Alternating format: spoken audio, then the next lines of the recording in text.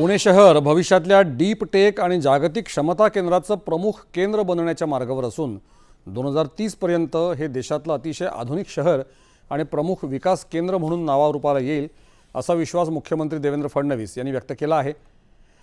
पुणे शिरूर, तळेगाव, चाकण, शिक्रापूर, हडपसर, यवत या 3 उन्नत मार्गांच्या भूमिपूजन कार्यक्रमामध्ये ते आज बोलत होते।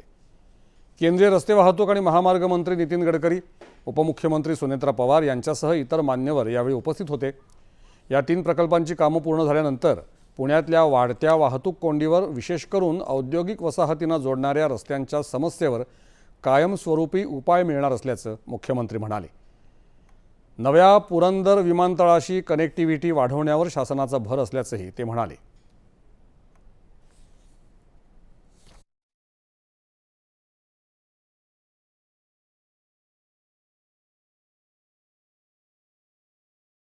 आज जे काही काम आपण या ठिकाणी करतो, भविष्यातलं पुणे, कारण आपण बघतो की पुणे हे आपलं इंजिनिअरिंगचं, स्टार्टअपचं, सगळ्या गोष्टीचं आपलं हब आहे आणि पुढच्या काळामध्ये ज्या फ्रंटियर टेक्नॉलॉजीज आहे, डीप टेक आहे, याचं देखील हब पुणेच होणार आहे। आज देशामध्ये जे जीसीसीचं रिव्होल्यूशन सुरू झालेलं आहे, या जीसीसीमध्ये जवळपास 35% जीसीसी या एकट्या पुण्यामध्ये या ठिकाणी देशातल्या तयार होऊ घातलेल्या आहेत, होत आहेत आणि होणार आहेत। त्यामुळे मला असं वाटतं की या सगळ्याचा विचार करता जी परिस्थिती बेंगलोरची झाली की आता बेंगलोरला जाताना 2 वेळा लोक विचार करतात, बेंगलोरमध्ये ट्रॅफिकच पुढे जात नाही, ती परिस्थिती पुण्याची होऊ नये म्हणून मला आनंद आहे। माननीय गडकरी साहेब असतील, केंद्र सरकार, राज्य सरकार, मागच्या काळामध्ये अजितदादा, शिंदे साहेब, आपले चंद्रकांत दादा असतील, आमच्या माधुरीताई असतील, सगळ्यांनी मिळून सातत्याने विचार करून पुण्याला ती परिस्थिती येऊ नये म्हणून आपण अहेड ऑफ द टाइम कसं औषू शकू अशा प्रकारच्या सगळ्या प्रोजेक्ट्सचा आपण कन्सेप्ट केलेला आहे।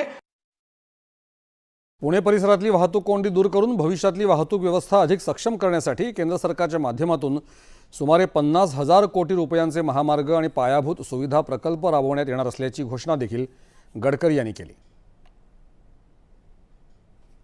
क्रॉस केल्यानंतर JNPTकडे जात असताना आम्ही एक पुन्हा नवीन एक्सप्रेस हायवे बांधायला घेतलेला आहे आणि हा जो हायवे आहे हा याच्यातलं पहिलं टेंडर आता आम्ही काढणार आहे। खरं म्हणजे माझी इच्छा आहे की मुंबई ते बंगलोर हे 5 तासात पूर्ण करायचं आणि त्यामुळे हा जो नवीन हायवे 10,000 कोटीचा आहे, हा Pune to Mumbai JNPT presently has to pass through the congested area of Panvel and Navi Mumbai, तिथे जाण्याची गरज पडणार नाही। यातील उन्नत महामार्ग प्रकल्पामुळे पुण्याच्या विकासाला नवी गती मिळेल आणि हे मार्ग खऱ्या अर्थानं गेम चेंजर अर्थात कलाटणी देणारे ठरतील असं उपमुख्यमंत्री सुनेत्रा पवार यांनी यावेळी सांगितलं। मुख्यमंत्री देवेंद्र फडणवीस यांनी मिशन